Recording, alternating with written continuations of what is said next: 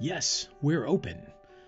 Living Faith with Needham UCC, a sermon podcast from the Congregational Church of Needham United Church of Christ, where no matter who you are or where you are on life's journey, you're invited and welcome. This sermon for Sunday, November 17th, 2024, is entitled Hope, We Make the Road by Walking. It's part of a three-part post-election sermon series reflecting on a reading from 1 Corinthians 13. If you enjoy this podcast and would like to find out more about our open and affirming ministries at the Congregational Church of Needham United Church of Christ, simply head over to our website, www.needhamucc.org. Thank you. In the wake of this election's seismic shift, we're spending 3 Sundays, last week, this week, and next week, trying to find our feet again with the help of the Apostle Paul's first letter to the church at Corinth, 1 Corinthians chapter 13, verse 13. Now faith, hope, and love abide, these three, and the greatest of these is love. Last week, we explored faith as an experience of trust. This week, we turn our attention to hope. But first, a reminder or a disclaimer. I am not trying to take away whatever hope you may have now and replace it with the right kind of hope. Because your faith is your own, not mine, not anyone else's. And also because if I had that kind of unassailable insight, that sort of certainty, I'd be off somewhere living high on the proceeds of my string of self-help bestsellers. But I'm not, because I don't. So I won't. What I am trying to do is reflect on the ways we experience hope and talk about hope, ways we've inherited as much as we've made up, from our parents, our people, the wider culture, and yes, our faith tradition. Hope, like so much else in our lives, is learned, which means there is no one perfect way to hope. There is a diversity of approaches which work more or less well for any particular person in any particular situation. And friends, we find ourselves in a very particular situation in this moment. Coming close on the heels of the truly global disruptions of the COVID pandemic, this election season, the election results themselves, and the policies and appointments already announced by the president-elect and his party may feel likely to shake the foundations of our national way of life and our lives all the way apart. I believe this not just because I'm feeling it myself, and not just because trusted friends and colleagues across the internet tell me they're feeling the same way. I know this because you're telling me that's how you feel, shaken to the core, battered by each new announcement, more disturbing than the last, fearful for what the future may hold, not just over the next 4 years, but for generations to come, and not just for our nation, but the entire community of nations, not just for our people, but for our planet. I know because you're asking me, how can I possibly have hope when the world is falling apart? How can I have hope in God when God seems silent at best, or absent, which is not much better, or worst of all, uncaring, or even complicit? Now, I think I'm a good enough pastor to know that I shouldn't just jump in here right away with an ironclad but well-intentioned, no, that's not true. That's not right. Let me tell you how you should be feeling, how you would be feeling if only your faith was stronger like mine. I've already told you I'm feeling it too. So, physician, heal thyself. And besides, no human being in the history of the world has ever stopped being afraid simply because someone else told them to stop. As we said last Sunday, your feelings aren't just valid, which they are, but they are wholly, W-H-O-L-L-Y, and wholly, W-H-O-L-Y, human. Part of how we are made by God, blessed by God, and connected to God and one another, even in our discomfort. So go ahead and continue to feel whatever it is you need to feel, acknowledging that may need to change from one moment to the next, and that's okay too. And while you do, I'll talk a bit about how I'm thinking about hope. When I think about hope, I immediately think about the poem Hope is the Thing with Feathers by Massachusetts' own Emily Dickinson. Yes, I'm waspy, I know. So was she. Dickinson lived in Northampton, Mass. Through the tumultuous middle years of the 19th century, through social and economic upheaval and wars and rumors of war. She wrote, "Hope is the thing with feathers that perches in the soul and sings the tune without the words and never stops at all. And sweetest in the gale is heard, and sore must be the storm that could abash the little bird that kept so many warm. I've heard it in the chilliest land and on the strangest sea, yet never in extremity it asked a crumb of me." Which is lovely, truly, if that is your experience. And if that is your experience, more power to you. But what if not? If hope is a thing like a bird that perches in your soul, what if one day things get so bad that hope up and flies away? What happens then? What happens if, when the world ends and we go and knock on the little birdhouse in our soul and find that nobody's home? What do we do when we no longer have hope? Now, before you say, whoa, wait a minute, end of the world? Let me say that I am personally fully embracing the apocalyptic spirit of this moment. Not in an over-the-top Hollywood blockbuster, dogs and cats living together, mass hysteria kind of way, but in a biblical way. And in the biblical Greek, apocalypsis means revelation, as in the title of the last book of the Bible, the Revelation to St. John.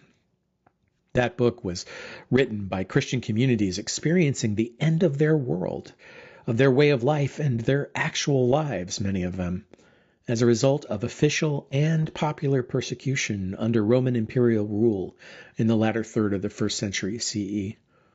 True to its title, what the book reveals or unveils in that context is both the end of the world, as in its coming to an end, full stop, and also the end of the world, that is the purpose and goal and meaning of the world and our role in it.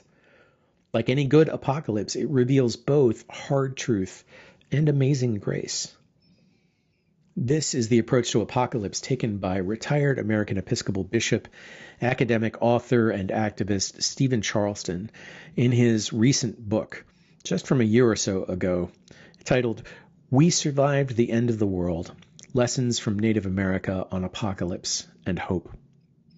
Charleston, a registered member of the Choctaw people, reminds us that there are people alive today, whole peoples, Native Americans and African diaspora descendants of the survivors of the transatlantic slave trade among them, who have experienced the end of the world, the end of their worlds, of their ways of life, and the lives of millions upon millions of their kin.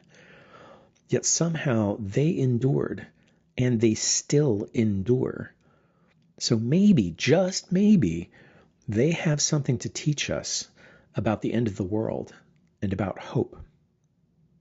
To be clear, I am not a member of either of those communities, so I can't claim I understand their experience from the inside out. But I am queer, and my people also know a thing or two about finding love and life in a hopeless place, even as we now face the end of our own all too brief moment in the sun. And what I'm hearing from elders and wisdom keepers like Stephen Charleston, from Black theologians, philosophers, activists like Howard Thurman, James Baldwin, and Mariame Kaba, and climate crisis leaders like Joanna Macy, is that when the world is ending, hope cannot be a thing. Hope, active hope, cannot be a thing we either have or have not. It cannot be an object or a product or a prize. Capitalism really will commodify anything, won't it? Hope can't be something we depend on someone else, some third-party savior, even on God, to give to us. Because what if they don't? In the same way, hope can't be just an emotion that, happens when we get our minds right. Because How long can that last? And what happens when the feeling passes? And hope can't be synonymous with optimism, the unshakable conviction that everything will turn out all right eventually, because, well, who's got that kind of certainty? Who's got the time to wait around and find out? And what do we do when it doesn't? What did the Native American communities Reverend Charleston writes about do when they experienced an almost extinction level event in their more than 500-year disastrous encounter with European colonial forces? They hoped. Listen carefully. They hoped. Not a noun, a verb.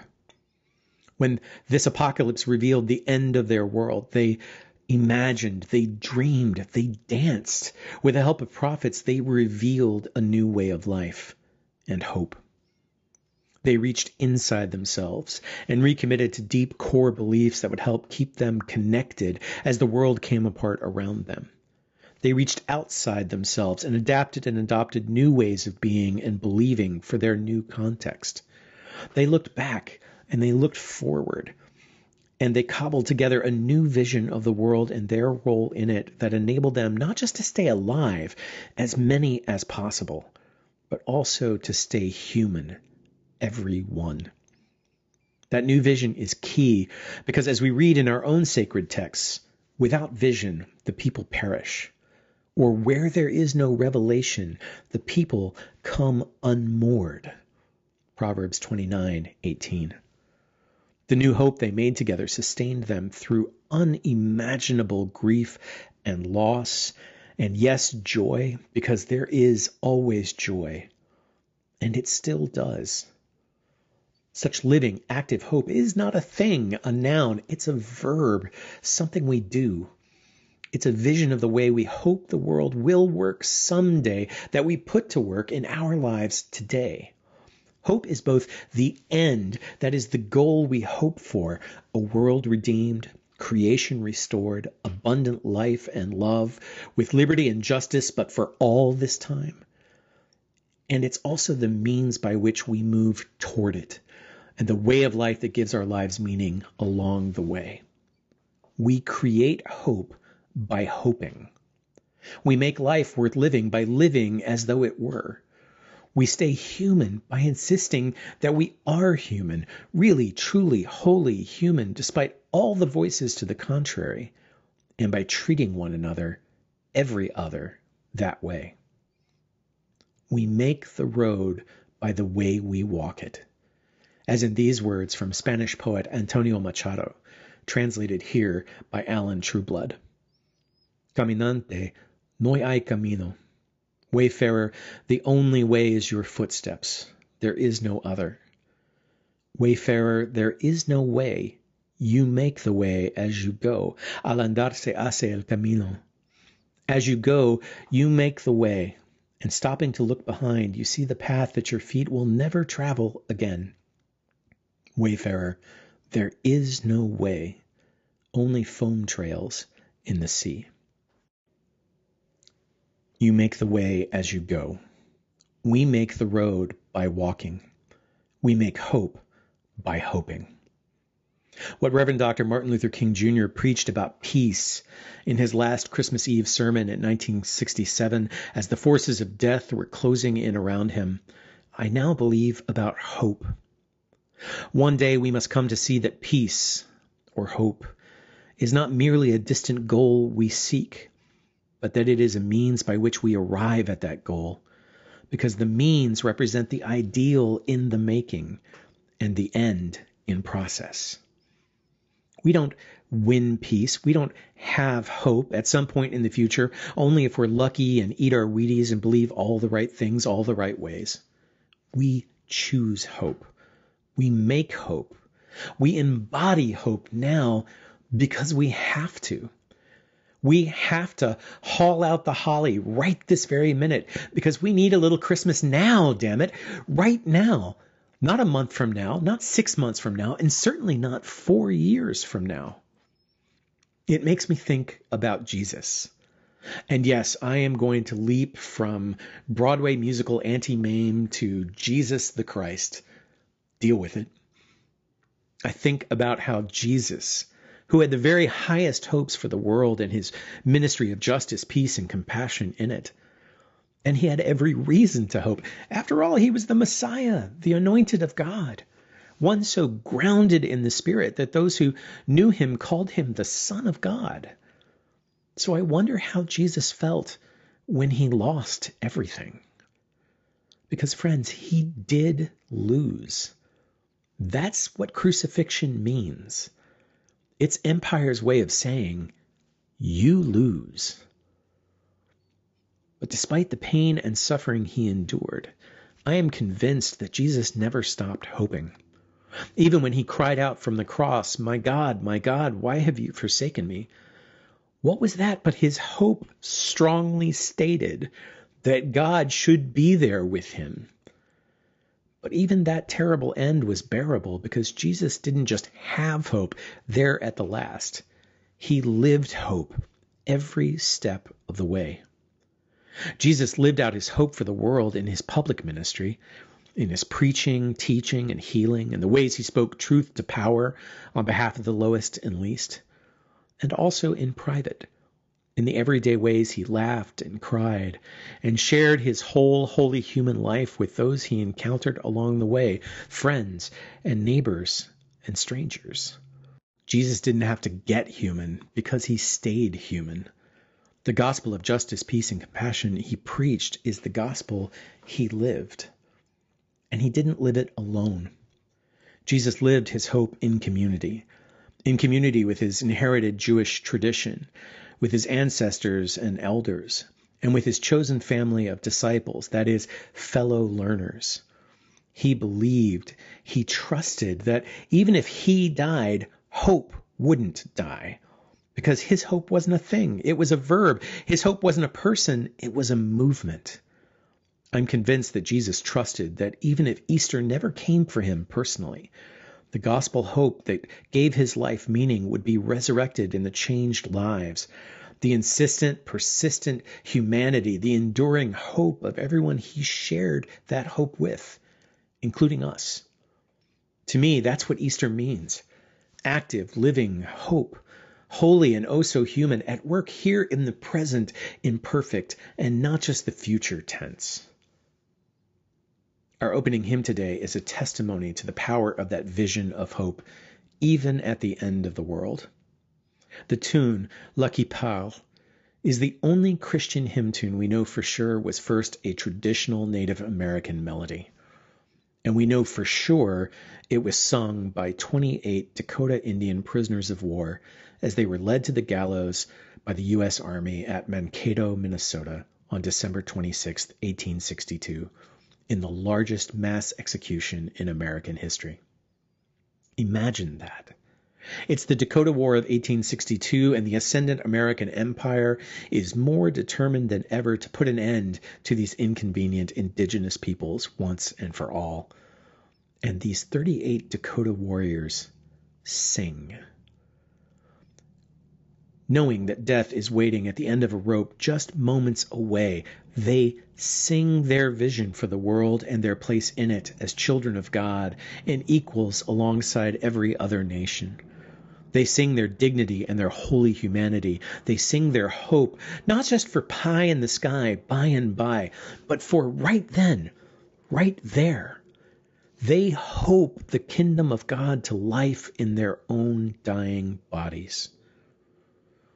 Friends, I refuse to believe that I am foolish for hoping to hope that same way today. Because yes, we too stand at the end of our world, at least the end of the ways of the world we've known up to this point. We can no longer depend on the institutions and systems, powers and principalities in which we once hoped, perhaps mistakenly, perhaps blindly. We cannot depend on them to give us hope now. And make no mistake, for so many, too many of us and our neighbors, what we're facing now really is a matter of life and death. So I wouldn't blame you if you didn't have much hope in this moment. God knows my own hope rises and falls with the tides. But beloved friends, I believe we can make it together. I believe we can make hope together. And as followers in the way of Jesus, we can trust, as he did, That because the movers and shakers of this world did not give us this new and living hope, they cannot take it away, not all at once for all of us forever. There may be indeed be no way forward for us alone, but I believe that together with God, we can and will make a way, a previously unimaginable way that is its own reward. A way not just to justice, but of justice. Not just to peace, but of peace. Not just to love, but of love. Not just someday, but now. And that is how the world will know who we are and what and how we believe. They will know us by our hope, our living, active hope. Our hope lived out not just at the great hinge moments of history, but day by day by day. As organizer, activist, and author Mariam Kaba says, I'm making hope in my daily path every single moment, and I'm remaking it. I make it, and I remake it, and I make it again, and I remake it again through my actions, daily preparation, and practice. So we will work with each other. We will work side by side. We will guard each one's holy human dignity and save each one's pride. And they will know we are Christians by our love and by our hope and by our singing. So even if we grieve, we rejoice. And even if we lose, we win. Because with this new and better hope modeled for us by Jesus and countless generations of faithful peoples before us, we are determined to stay human, to stay humane when the wider world just wants us to give in and go away and get lost. Poet Antonio Machado, the author of the We Make the Road poem I shared earlier, died in 1938 toward the end of the bloody and cruel Spanish Civil War. As the war wore on and the fascist nationalist forces under General Francisco Franco seized control of more and more of his homeland, he was driven from one temporary safe haven to another with his sick and elderly mother. He was separated from his brother Manuel and his lover Pilar. With each loss suffered by the leftist Republican faction, he watched his beloved country become something else, something unrecognizable, something ugly. But still he hoped, not just for the future, but in the present, even his own present moment clearly coming swiftly to an end, because he had an apocalyptic vision of hope he carried with him that carried him, human and whole, all the way to the end and beyond. On the road to his last stop in the winter of 1938, he wrote these words, "For the strategists, for the politicians, for the historians, all this will be clear. We lost the war. But at a human level, I am not sure. At a human level, perhaps we won. On a human level, as human beings." Machado died soon after with these words scrawled on a piece of paper in his pocket. And I believe with my whole heart that when he died, choirs of angels, past, present, and future, at least 38 of them dressed in traditional Dakota regalia, sang him to his rest. Friends, it may indeed be the end of the world as we know it, and I don't feel fine. I don't have much hope. But I hope. I hope beyond hope. I hope even against hope, as the letter to the Hebrews describes such living, active hope. We can hope together. We can take turns to hold the light for one another, so that, as the Apostle Paul put it, we may be afflicted in every way, but not crushed, perplexed, but not driven to despair, persecuted but not forsaken, struck down but not destroyed, always carrying around in our bodies the death of Jesus, so that the life of Jesus, the hope of Jesus, may also be made visible in us. Through it all, I trust that love is the way. I trust that love is Lord of heaven and earth. How can I keep from singing?